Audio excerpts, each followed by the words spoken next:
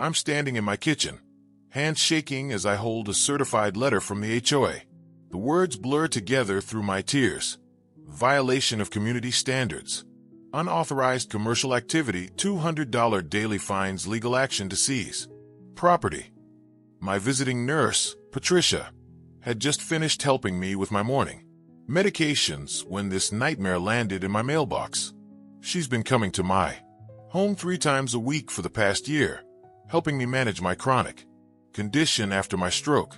But according to HOA Board President Margaret Thornfield, or as the neighbors had started calling her, HOA Karen Patricia's presence was turning my quiet suburban home into a business establishment.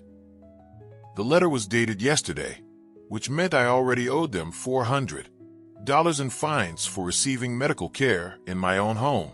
I looked at Patricia, who was packing up her medical bag with the same gentle efficiency she'd shown every visit for months.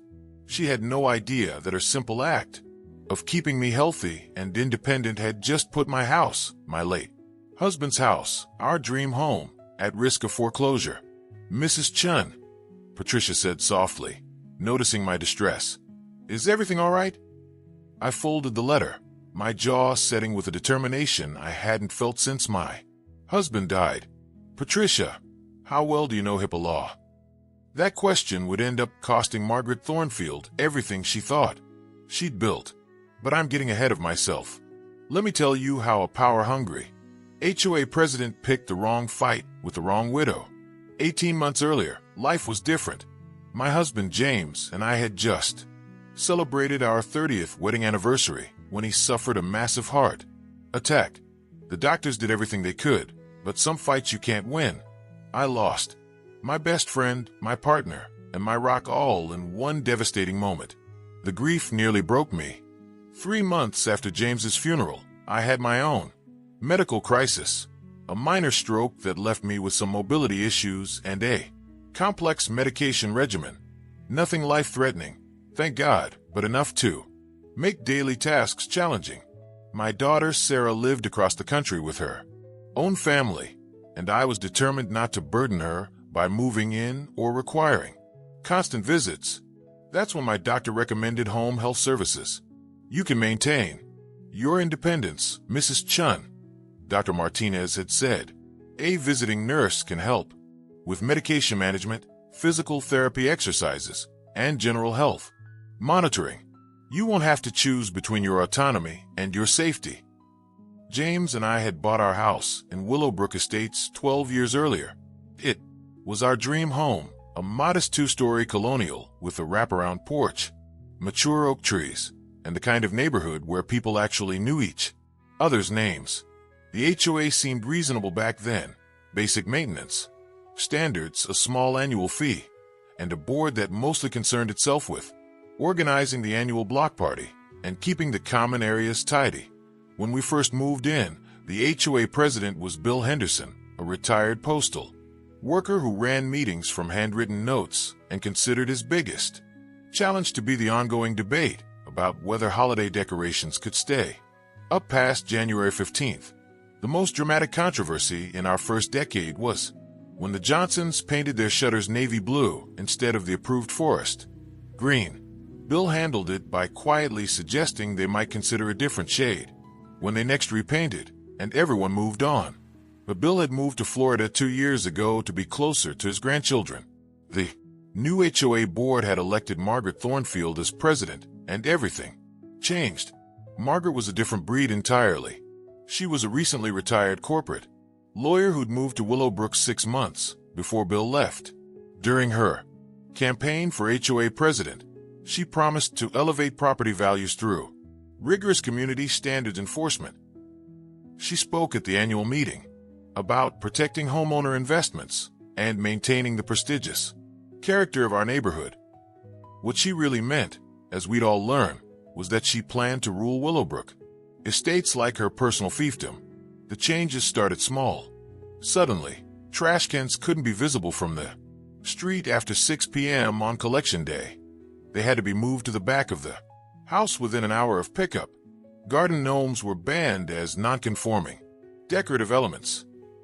The approved paint color palette shrank from 12 colors to 6, and existing non-conforming colors had to be changed within 2 years. Then came the inspections. Margaret instituted monthly community standards walks where she and 2 other board members would tour the neighborhood with clipboards, cameras, and measuring tapes. Grass over 3 inches tall? Violation. Mailbox post showing where? Violation. Car parked in driveway instead of garage for more than 48 hours? Violation. The fine started at $25 and escalated quickly. By the time Patricia began her visits, Margaret had already forced 3 families to sell their homes and move away rather than pay thousands in accumulated violations. The Hendersons, no relation to former President Bill, had been fined $1,200 for a rose bush that extended 18 inches beyond their property line. When they couldn't afford to pay, Margaret initiated foreclosure proceedings. I watched all of this happening to my neighbors with growing unease, but I kept my head down. I was still grieving James, recovering from my stroke, and trying to figure out my new normal. The last thing I wanted was to draw attention to myself. That was my mistake. Because Margaret Thornfield was like a shark, she could smell vulnerability in the water. The first sign of trouble came on a Tuesday morning in October. I was sitting on my front porch, enjoying the fall air while I waited for Patricia to arrive for my weekly checkup, when I noticed Margaret walking up my front path with her ever-present clipboard. She was a tall, angular woman in her early 60s, with steel gray hair pulled into a severe bun and the kind of designer sunglasses that cost more than most people's monthly grocery budget. Everything about her screamed authority, from her precisely tailored blazer to her sensible but expensive flats. "Good morning, Ellen," she said, though her tone suggested it was anything but good. "I wanted to discuss a concern that's been brought to my attention." I set down my teacup, my stomach already knotting with anxiety. "What kind of concern, Margaret?" She consulted her clipboard with theatrical importance. "Multiple residents have reported unusual traffic patterns at your residence. Specifically, a white Honda Accord with Virginia plates has been observed parked in your driveway on a regular schedule, Monday, Wednesday, and Friday mornings, approximately 9 a.m. to 11 a.m. That was Patricia's car, of course, and there was nothing unusual about it. She parked in my driveway because I'd told her to. But something in Margaret's tone made me defensive. "That's my visiting nurse," I said carefully. "She helps me manage my medications and monitors my recovery." Margaret's eyebrows rose above her sunglasses. "I see. And this arrangement, was it approved by the Architectural Review Board?" I stared at her. "Approved? Margaret, she's a healthcare provider. I don't need permission to receive medical care in my own home." "Actually, Ellen," Margaret said, flipping through pages on her clipboard, "according to Section 12.4 of our HOA covenants, any regular commercial activity conducted on residential property requires prior approval. This includes, and I quote, professional services that result in repeated vehicular traffic or signage." My mouth fell open. "Margaret, this isn't a business. This is healthcare. The distinction may be irrelevant from a legal standpoint," she replied crisply. "Commercial vehicles, defined as any vehicle used in the course of professional service delivery, are restricted to designated parking areas unless specific accommodation has been granted." I felt my blood pressure rising. Not good for someone recovering from a stroke. "Where exactly is this designated parking area for commercial vehicles?" "Margaret," she smiled then, and it was the most unpleasant expression I'd ever seen on a human face. "The street. All commercial vehicles must park on public roadways, not in private driveways, except for brief loading and unloading periods not to exceed 15 minutes. The implications hit me like a physical blow. Patricia usually spent nearly 2 hours with me, checking my blood pressure, helping me organize my medications, reviewing my physical therapy exercises, and simply providing the human connection that had become so important to my mental health. Under Margaret's interpretation, Patricia would have to park on the street, potentially blocks away if no spaces were available, and make multiple trips carrying her medical equipment. Margaret, that's completely unreasonable. Patricia is 73 years old. She shouldn't have to carry medical equipment long distances. Then perhaps, Margaret said, closing her clipboard with a snap, you should consider transitioning to a healthcare facility better equipped to meet your needs. The words hit me like a slap. She was essentially telling me to leave my home, James's home, our home, because I dared to receive medical care. I'm not going anywhere, I said quietly. Margaret's smile widened. Of course not. That's your choice, Ellen. But choices have consequences. You have 30 days to bring your property into compliance with community standards. After that, fines will begin accruing at $25 per day. She walked away, leaving me shaking on my front porch. When Patricia arrived, 20 minutes later, I told her about the conversation, but I downplayed my worry. I didn't want her to feel responsible for my problems. But the problems were just beginning. 2 weeks later, I received my first violation notice in the mail. According to the type form, my property was in violation of Section 12.44 unauthorized commercial vehicle parking. The fine was $25, with a notice that continued. Violations would result in escalating penalties. I paid it. What choice did I have? But paying that first fine was like feeding a monster. It only made Margaret hungrier. The next week brought a second violation notice, this time for $50. The week after that, $75. Margaret had apparently decided that each parking instance was a separate violation, and the escalating fine structure meant my weekly penalties were growing exponentially. But the money wasn't the worst part. The worst part was how Margaret had started involving Patricia directly. It started with Margaret coincidentally being outside doing yard work whenever Patricia arrived. She would stare openly as Patricia parked and gathered her medical bag. Once, I watched from my window as Margaret took photographs of Patricia's car with her phone. Then came the day that still makes my blood boil. I was having a particularly difficult morning. My blood pressure was elevated. I had trouble with my medication routine, and I was feeling dizzy and disoriented. Patricia had arrived to find me in genuine distress and was taking extra time to ensure my condition was stabilized. We were in my kitchen, Patricia taking my blood pressure for the third time, when we heard the doorbell ring. Through the front window, I could see Margaret's unmistakable silhouette on my porch. I'll get rid of her, I told Patricia, but she put a gentle hand on my arm. Let me handle this, Patricia said. You shouldn't be getting upset right now. Patricia answered the door, and I heard Margaret's voice immediately switch to what I'd started thinking of as her lawyer tone, clipped, authoritative, and designed to intimidate. Excuse me, but you're parked illegally in a private driveway. I'm going to need you to move your vehicle immediately. Ma'am, Patricia replied with professional calm.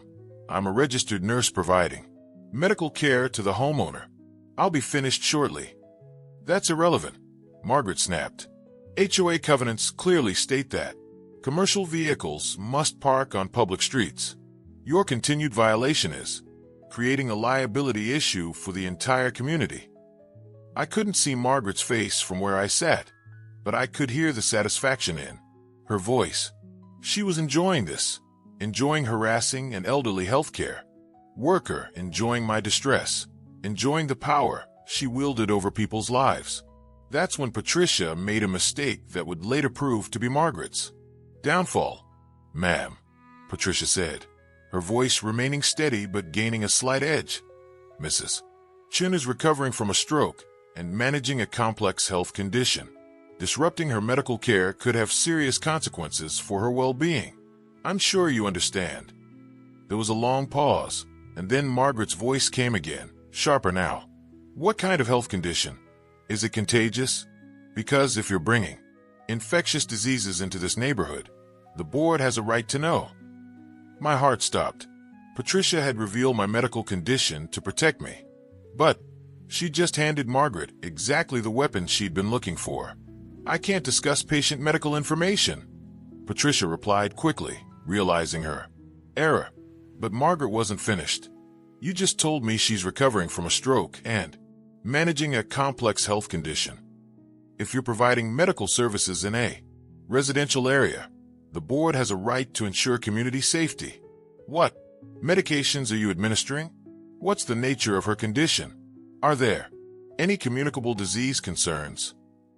I struggled to my feet and made it to the front door. Margaret, you need to leave now. She turned to me with that awful smile again. Ellen, I'm just trying to protect our community. If you're receiving medical treatment that poses any risk to other residents, we have protocols to follow. Get off my property, I said, my voice shaking with rage and fear. Margaret left, but not before making one final comment. We'll be discussing this at the next board meeting. The community has a right to know about potential health hazards. As soon as her car disappeared down the street, I collapsed into tears. Patricia held me while I sobbed, not just from the humiliation, but from the terrifying realization that Margaret now saw my health condition as another weapon to use against me. Over the following weeks, the harassment escalated beyond anything I could have imagined. Margaret began timing Patricia's visits with a stopwatch, documenting exactly how long she stayed and where she parked. She started scheduling maintenance inspections of the common areas directly in front of my house during Patricia's appointments, creating deliberately intimidating situations. The violation notices continued arriving weekly, with fines that had reached $200 per incident. But worse were the increasingly invasive questions Margaret would ask whenever she encountered Patricia or me. She wanted to know about my medications, my prognosis, whether I required specialized medical equipment that might affect property values. The final straw came on a rainy Thursday in November. Patricia had arrived for our appointment to find Margaret's car blocking my driveway. When Patricia parked on the street and approached my front door, Margaret emerged from her car like she'd been waiting. "Excuse me," Margaret called, her voice carrying across the neighborhood. "Ah, you the medical professional treating Mrs. Chun?" Patricia stopped, rain beginning to soak through her coat. "I can't discuss any patient information, ma'am." "I'm not asking for patient information," Margaret replied loudly, loud enough for several neighbors to hear. "I'm asking about the medical waste disposal protocols you're following. The board has received complaints about potential biohazard exposure from improperly disposed medical materials." It was a complete lie. Patricia didn't generate any medical waste at my house, beyond used gloves and alcohol wipes, which went into my regular trash. But Margaret was making the accusation in public, in front of neighbors, turning my medical care into a community spectacle. "Ma'am," Patricia said, her professional composure finally cracking, "there are laws protecting patient privacy. What you're doing—" "What I'm doing," Margaret interrupted, "is protecting this community from potential health code violations. If you're conducting medical procedures in a residential area, we have every right to ensure proper protocols are being followed." That night, I couldn't sleep.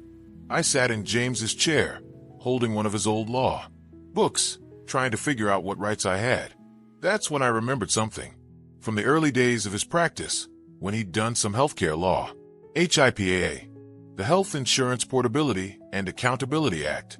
Margaret had been demanding information about my medical condition, my treatment, my medications. She'd been pressuring Patricia to disclose protected health information.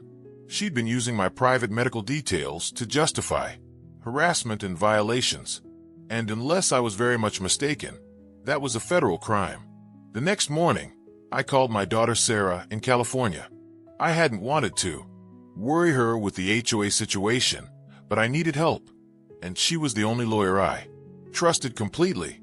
"Mom, slow down," Sarah said after I poured out the entire story in one breathless rush. "Let me make sure I understand this. The HOA president has been demanding information about your medical condition." "Yes, and she's been questioning Patricia about my medications, my prognosis, whether my condition is contagious." "Mom, stop. That's a HIPAA violation. A serious one. Relief flooded through me. I wasn't imagining this. I thought so, but I wasn't sure. HIPAA protects against unauthorized disclosure of protected health information by covered entities, but it also prohibits anyone from pressuring covered entities to disclose that information. This Margaret woman has been systematically trying to force your nurse to violate federal law. Sarah's voice was getting sharper, more focused, the tone she used when she was building a case. And the harassment around your medical care could also violate the Fair Housing Act. You can't be discriminated against based on disability, status, and interfering with necessary medical care could constitute disability discrimination. What do I do? I asked. First, we document everything. Every conversation, every violation notice, every interaction where medical information was demanded or disclosed. Second, we file complaints with the appropriate agencies. Third, Sarah paused. Mom, how do you feel about going to war with these people? I thought about James, about the home we'd built together, about the months of fear and humiliation I'd endured. I'm ready. Good. Because we're not just going to stop them, we're going to destroy their ability to do this to anyone else. Over the next 2 weeks, Sarah flew out to help me build our case. We started with a comprehensive timeline, documenting every interaction I'd had with Margaret since the violations began. Sarah interviewed Patricia, who had been keeping her own records of Margaret's inappropriate questions and demands for medical information. This is even worse than I thought, Sarah said, reviewing Patricia's notes. She's been creating a hostile environment that interferes with your medical care, and she's been pressuring Patricia to violate federal law. That's not just harassment. That's conspiracy to commit a federal crime. But the smoking gun came from an unexpected source. Mrs. Rodriguez, my neighbor 2 houses down, knocked on my door on a Wednesday evening with a folder in her hands. Ellen, she said quietly, I've been watching what that woman is doing to you, and I can't stand it anymore. I recorded something I think you need to hear. Mrs. Rodriguez had been gardening the previous day when Margaret approached her with questions about my medical situation. Mrs. Rodriguez had started recording on her phone when she realized what was happening. In the recording, Margaret's voice was crystal clear. I need to know exactly what kind of medical condition Ellen Chun has. Is it degenerative? Will it get worse? Because if she's going to become a burden on this community, we need to address it now before property values are affected. Her nurse has been very secretive about her treatment, but as HOA president, I have a right to know about anything that might impact our community. Mrs. Rodriguez had refused to discuss my medical situation, but Margaret had pressed further. Look, Rosa, we both know Ellen's condition is more serious than she's letting on.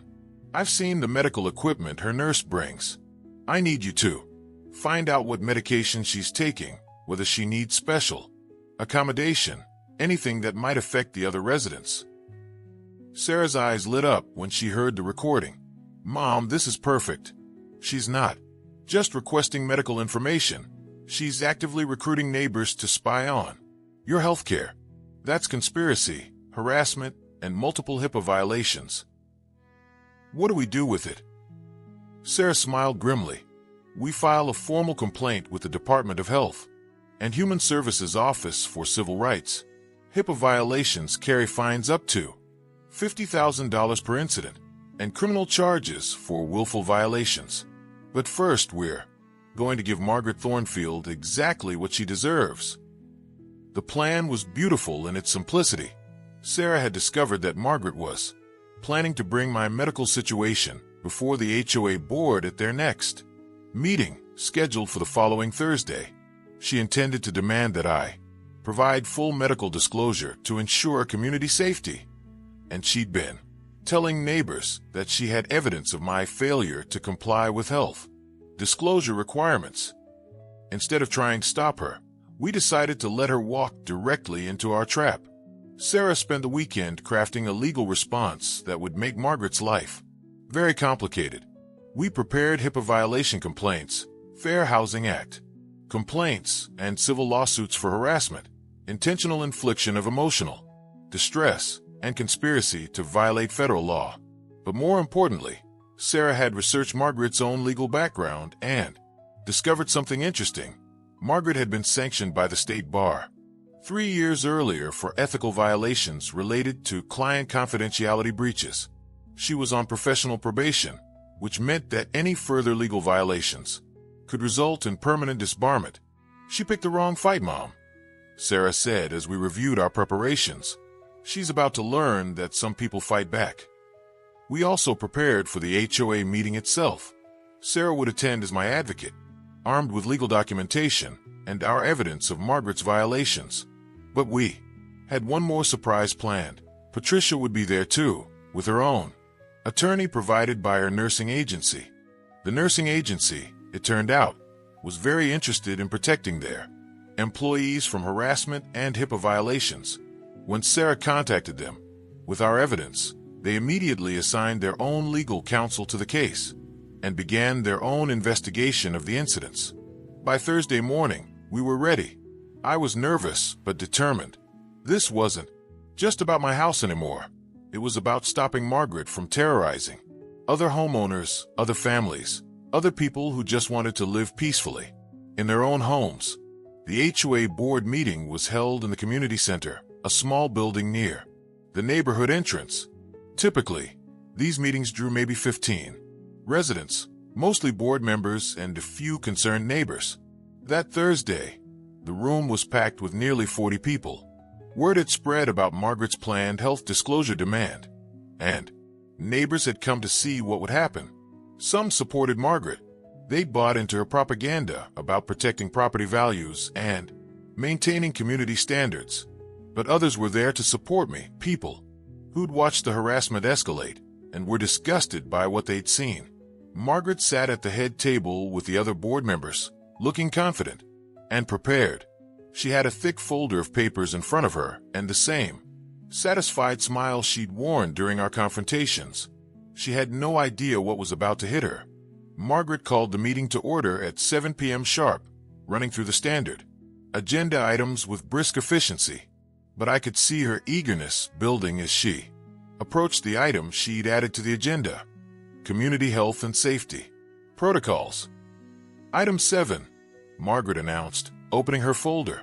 The board has received multiple concerns regarding potential health and safety issues arising from unauthorized medical activities in residential properties. A murmur ran through the crowd.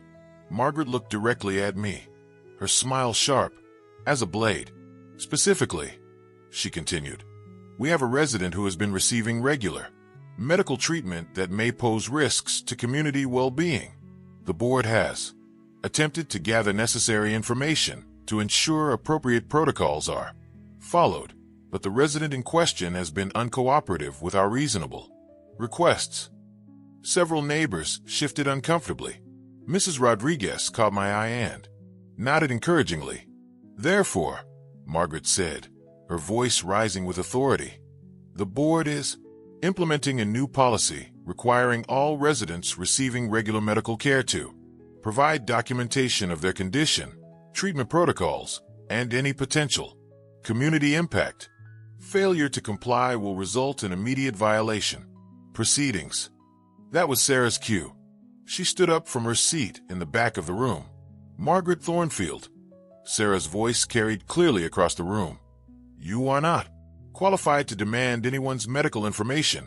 You have no legal authority to require health disclosures, and what you've just proposed is a blatant violation of federal law. The room fell silent. Margaret's confident expression flickered with the first hint of uncertainty. I'm sorry, who are you? Margaret asked. I'm Sarah Chen Martinez, Mrs. Ellen Chen's daughter and her legal counsel. I'm also a healthcare attorney licensed in California and Virginia. Sarah walked toward the front of the room, her own folder in hand. And I'm here to inform you that you've been systematically violating federal HIPAA regulations for the past 3 months. Margaret's face flushed red. I have no idea what you're talking about.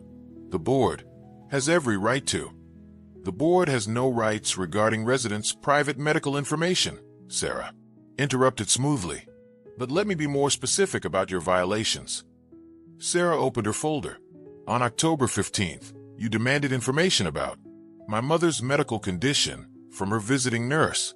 On October 22nd, you asked direct questions about her medications and prognosis. On November 3rd, you publicly speculated about biohazard exposure from her medical care.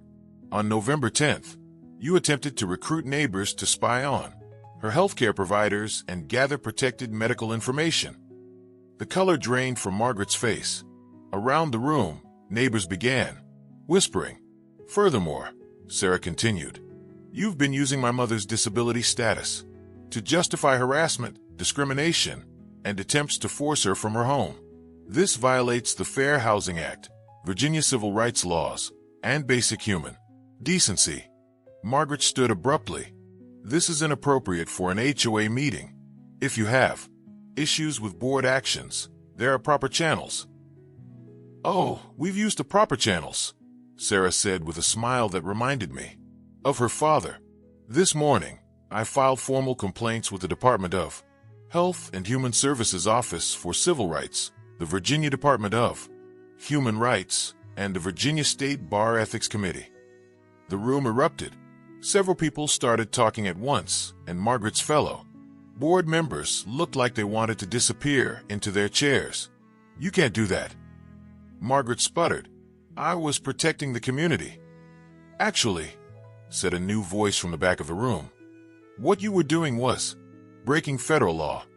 All heads turned to see Patricia walking down the center aisle, accompanied by a man in a dark suit. This is Patricia Williams, my mother's visiting nurse, Sarah announced. And this is David Kurtz, legal counsel for Heritage Health Services. The lawyer stepped forward. Ms. Thornfield, my client has documented every instance in which you demanded protected health information, threatened to interfere with medical care, and created a hostile environment that compromised patient well-being. Heritage Health Services takes a very dim view of HIPAA violations and patient harassment. Margaret was visibly shaking now. I was just the community standards require. Community standards don't override federal law, David Kurtz replied calmly.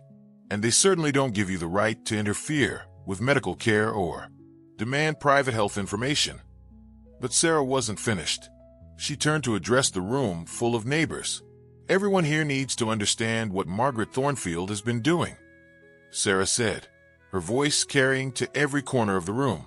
She's been systematically harassing my mother for receiving medical care in her own home.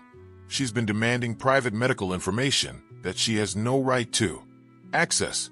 She's been threatening foreclosure because my mother dares to be disabled. Several neighbors looked genuinely shocked. Others nodded grimly. They'd suspected what was happening, but hadn't known how to intervene.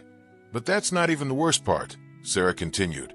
Mrs. Rodriguez, would you please play the recording you made yesterday? Mrs. Rodriguez stood and held up her phone. The room fell completely silent as Margaret's recorded voice filled the space. I need to know exactly what kind of medical condition Ellen Chin has, if she's going to become a burden on this community. I need you to find out what medication she's taking. The reaction was immediate and explosive. Several neighbors started shouting. One of the other board members, Tom Wilson, who'd always seemed decent, stood up and stared at Margaret in horror. Margaret, Tom said, his voice shaking with anger. What the hell have you done?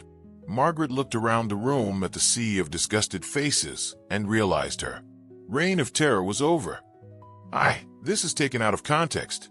I was just trying to. Trying to what?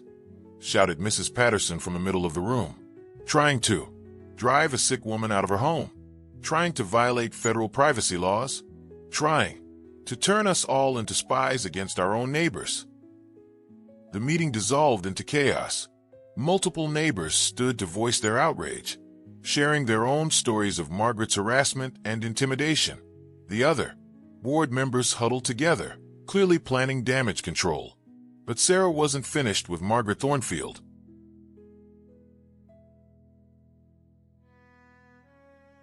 "There's one more thing everyone should know," Sarah announced over the noise. "Miss Thornfield's professional background includes a previous sanction from the Virginia State Bar for ethical violations related to client confidentiality breaches. She's currently on professional probation, which means these new violations could result in permanent disbarment." Margaret's face went white as chalk. Her carefully constructed authority crumbled completely, and she suddenly looked like what she truly was, a petty tyrant who'd overplayed her hand and destroyed herself. "The legal complaints have been filed," Sarah continued. "HIPAA violations carry fines up to $50,000 per incident, and we've documented at least 12 separate violations. The Fair Housing Act violations carry additional penalties, and Heritage Health Services is pursuing their own civil action for interference with medical care." Tom Wilson stood again. "I move for Margaret Thornfield's immediate removal as HOA president and from the board entirely." "Seconded," called out at least 6 voices. All in favor. The vote was overwhelming. Even Margaret's few remaining allies couldn't defend what they'd heard. She was removed from the board by a vote of 37-2, with her own fellow board members voting against her. As the meeting ended, Margaret gathered her papers with shaking hands and rushed toward the exit, but she stopped at the door and turned back to look at me with pure hatred. "This isn't over, Ellen," she hissed. Sarah smiled sweetly. "Actually, Margaret, it is. Because if you come near my mother again, if you contact her in any way, if you so much as drive past her house, we'll add stalking and harassment charges to the federal violations you're already facing. Try me." Margaret left without another word, and I never saw her in the neighborhood again. The aftermath was swift and brutal for Margaret Thornfield. Within 2 weeks, she'd received official notifications from the Department of Health and Human Services that she was under investigation for multiple HIPAA violations. The Virginia State Bar opened their own investigation based on the new ethical breaches. Heritage Health Services filed civil charges for interference with medical care and harassment of their employee. The nursing agency's lawsuit sought damages for the hostile work environment Margaret had created and the additional security measures they'd had to implement to protect Patricia. But the financial penalties were just the beginning.